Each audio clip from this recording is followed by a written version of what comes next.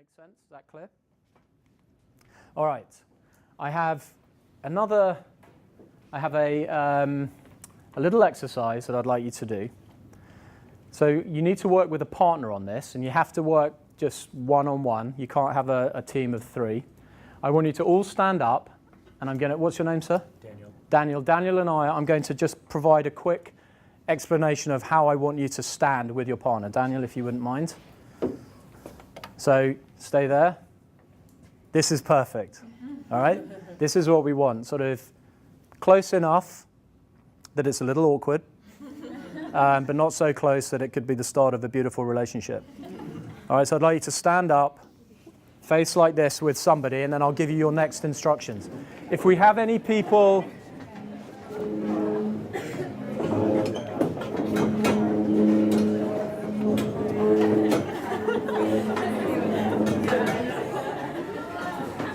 Has anyone not got a partner? Any stragglers? Anyone hiding in the corner? All right, okay, here we go. Here we go. Without talking, 8 of you are already like, oh no. Without talking, for 1 minute, all I want you to do, very simple task, is just to stare into each other's eyes. All right? Without talking, for 1 minute, just stare into each other's eyes. Everyone cool?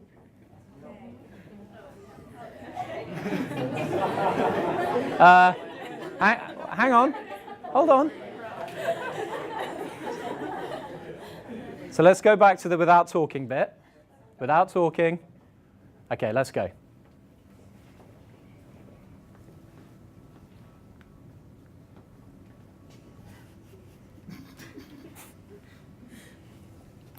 That's 6 seconds.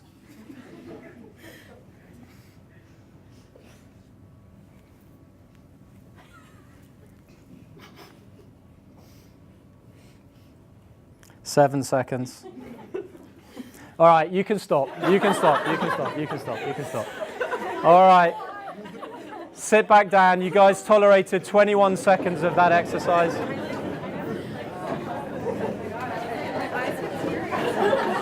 Thank you, Daniel, for the demonstration.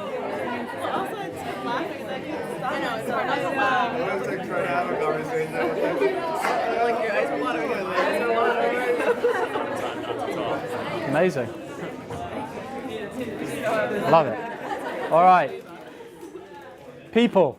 So that's obviously a good, if you're in a room and it's all a little quiet, you can see that's a very good exercise to do because it gets everybody moving and the blood pumping. So I would I made you tolerate 21 seconds of that. Give me some words, some descriptors of what you were feeling during that, possibly the longest 21 seconds of your life so far. Awkwardness. Makes you feel very vulnerable. Makes you feel vulnerable. Very personal. Like, very personal. Bit in your space. Oh yeah, almost like it's not wrong, but it's just like it's just strange looking for somebody directly that long. It's not something you're seeking out to do on a regular basis. What else? Self-conscious. Insecurity coming out. There was like a, I don't know, kind of weird like connectedness of like having a shared experience where we both like, it was like, we both like, there was kind of like, yeah, it was like awkward because you're like not used to doing it, but it was also like we're both very aware of the situation. Like, Yeah. oh, well, we're here. Yeah. Exactly. It's like camaraderie almost. Like. Exactly. Say that again. Comfortable? You're like, bring it. I could do an hour.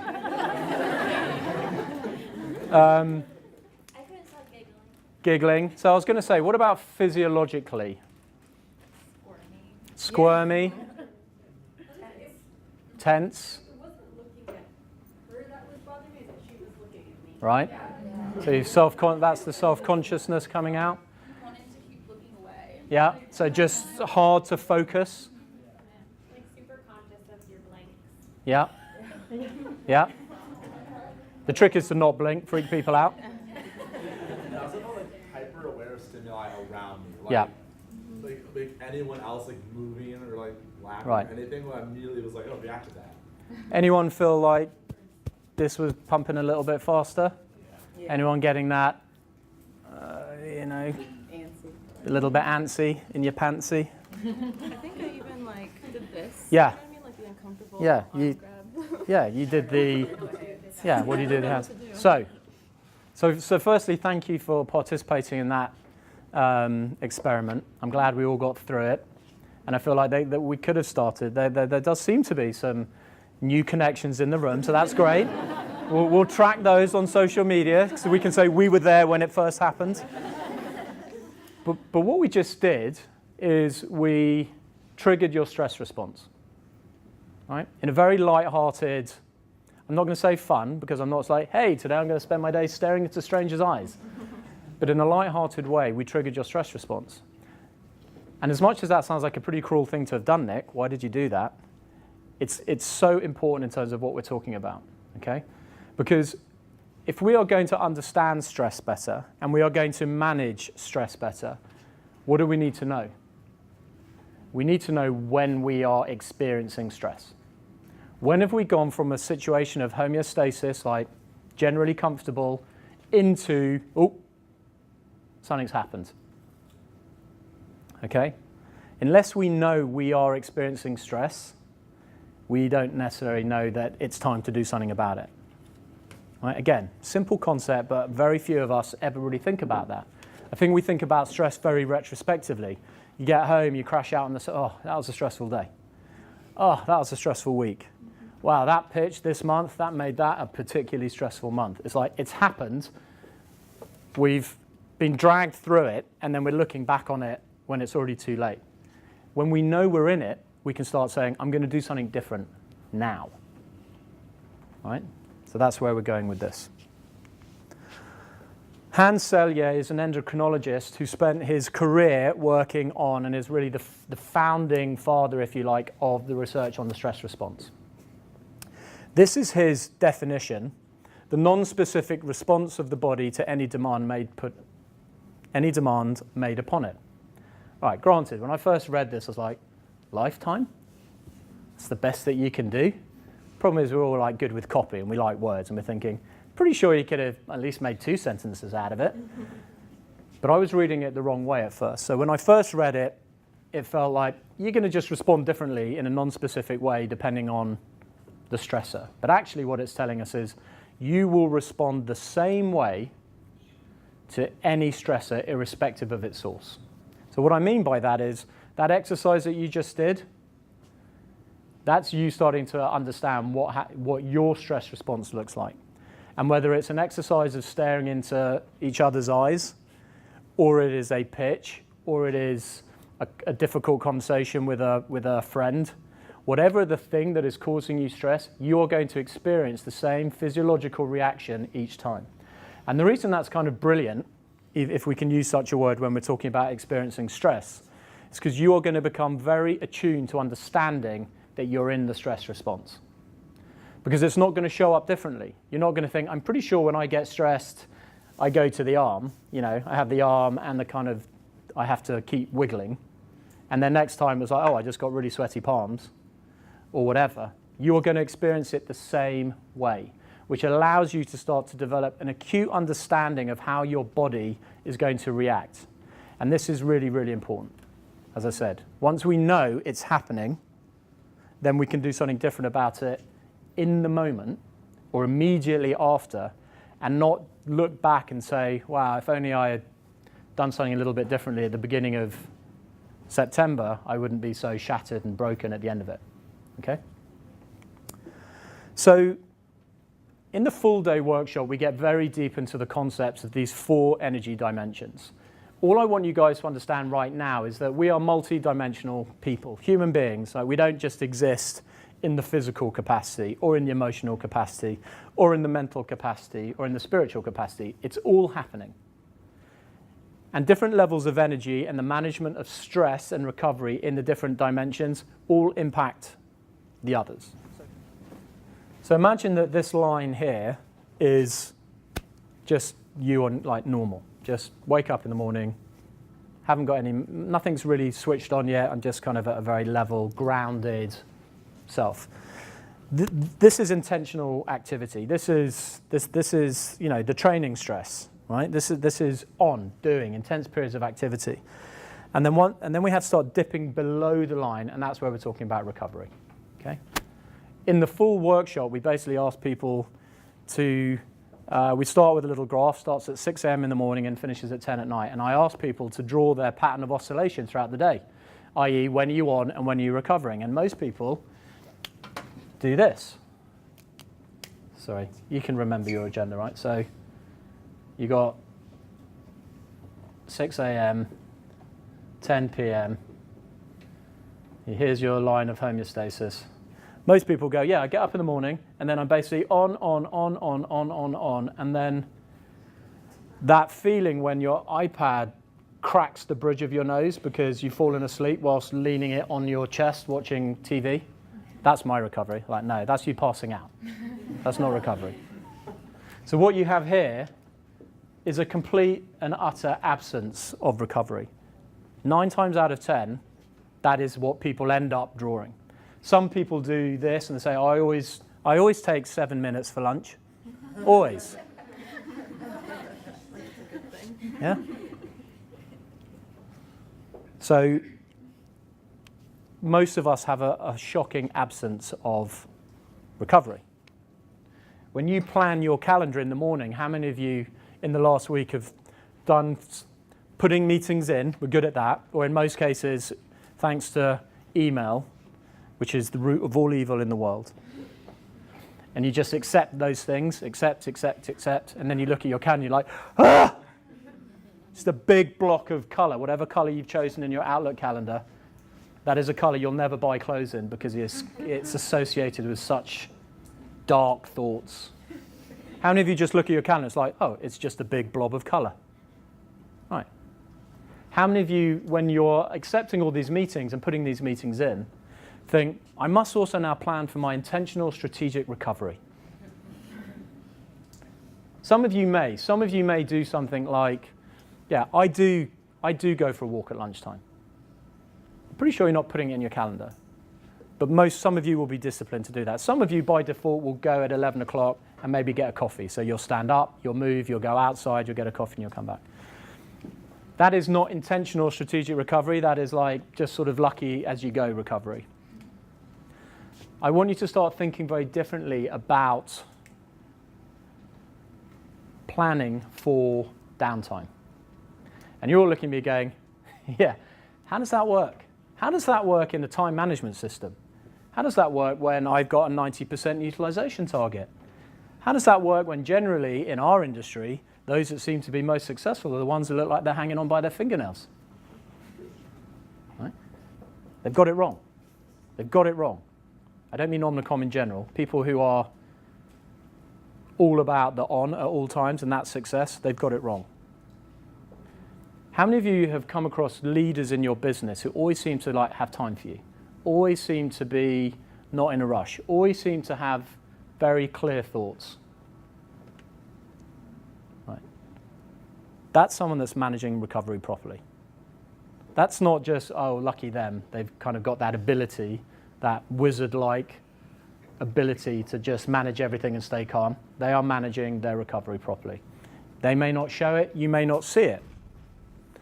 They are. How many of you have got leaders who it's like a whirlwind, and if you end up stepping in front of it, you're going to get chewed up and spat out, and you're just going to be like blood on the walls? Yeah? Yeah, people are like, yeah, just in case this is being taped, I don't want to... Right? Oh, I know, lots of people like that. Here it comes. Hey, have you got a minute? Just sort of roadkill. I'm too busy. I'm so important. I'm so important. How many times when people ask you, hey, how you doing? I'm so busy. So busy.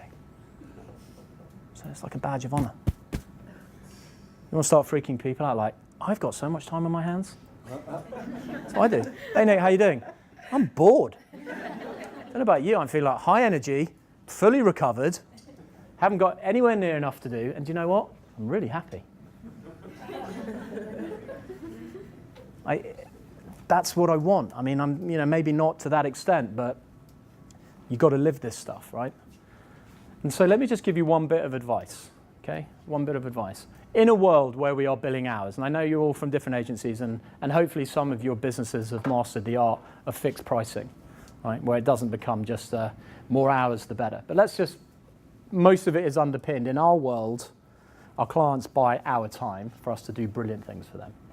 Let's all agree that that's the model that we're in, okay?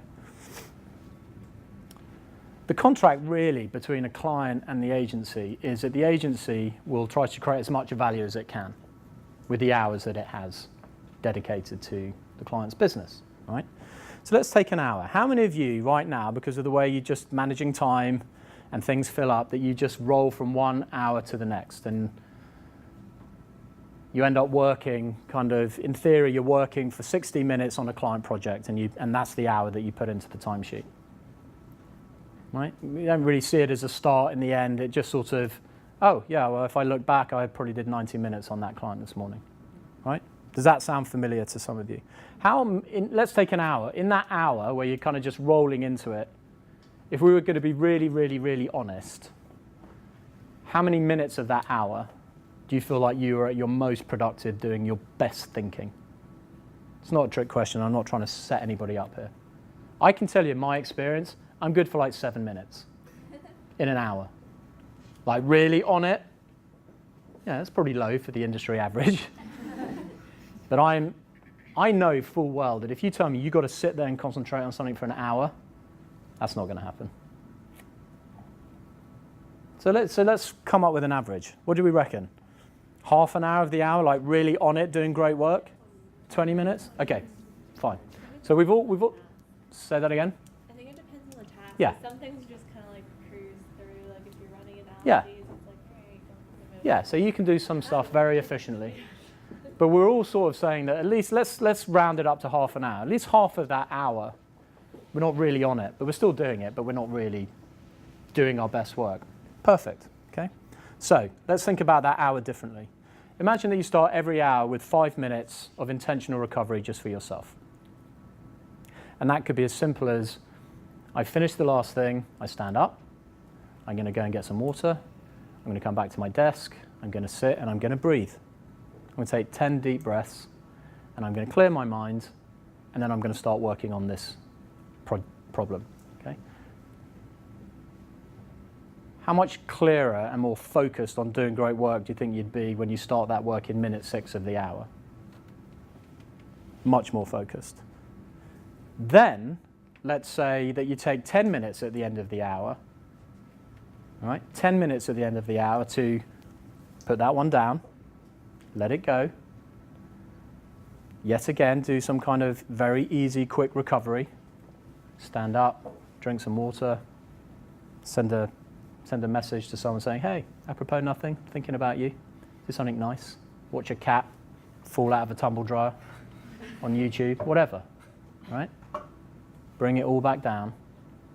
Then you go into your next hour of the next thing that you're going to do, and you've got your 5 minutes at the beginning. So just think of that hour, 5 minutes at the beginning, 10 minutes at the end.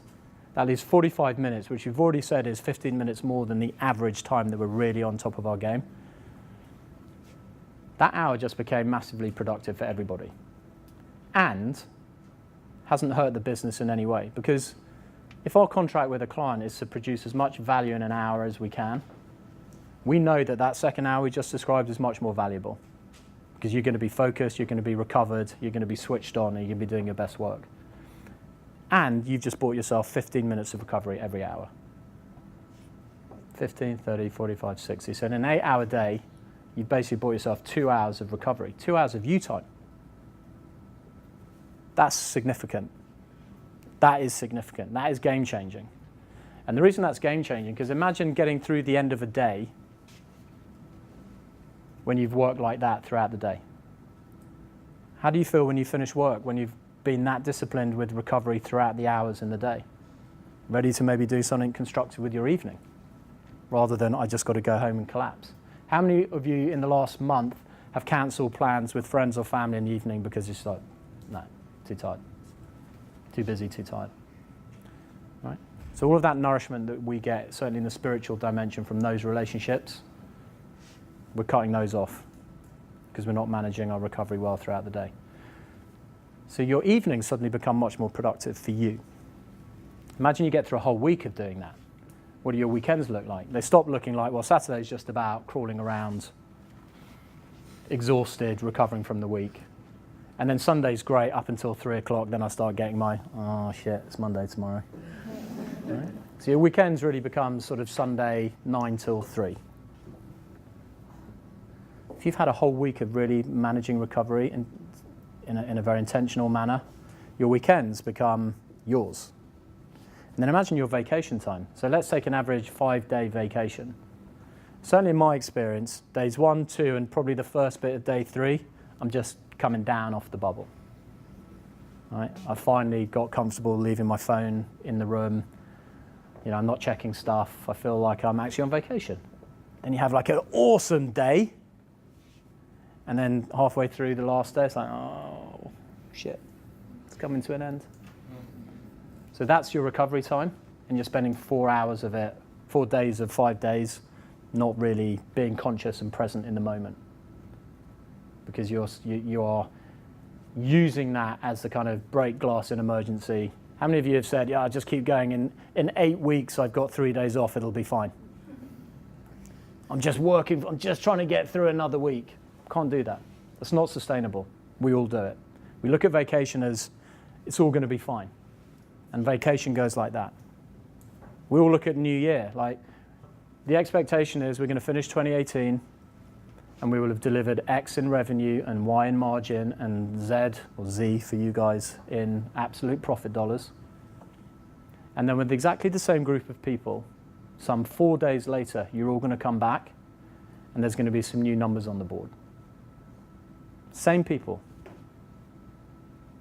But now you're expected to grow 6% on the top line over what you just did last year, improve your profit margins, increase your profit dollars. Same people.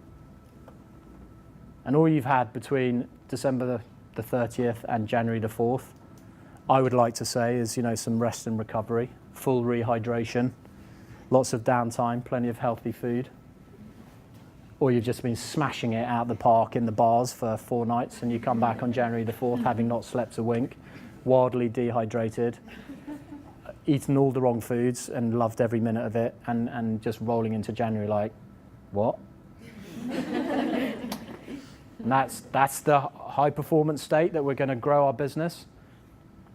We can't, right? We can't allow that to be for ourselves. That can't be how we think about recovering, how we find more each year. We find more each year by managing rest and recovery more effectively. All right, very quickly.